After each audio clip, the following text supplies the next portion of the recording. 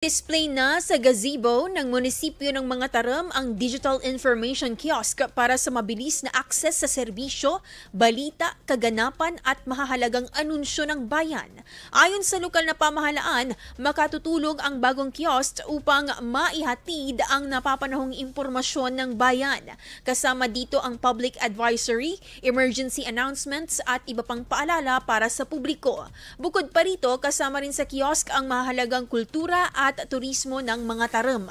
Sa Pangasinan, nagsumite ng resolusyon ang pamahalaang pandalawigan sa paglalagay ng kahalintulad ng interactive kiosk sa bawat provincial government office buildings at ospital noong 2021. Naglalaman naman ito ng impormasyon sa kabuuang impormasyon ng empleyado tulad ng service record, employee performance at leave balances. Samantala, ilang e-gov kiosk naman ang parehong naglalayong mapadali ang access sa government services mula sa iba't ibang opisina na inilunsad ng Department of Information and Communications Technology.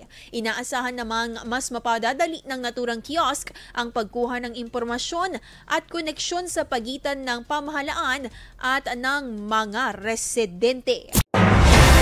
IFM News. IFM News. IFM News.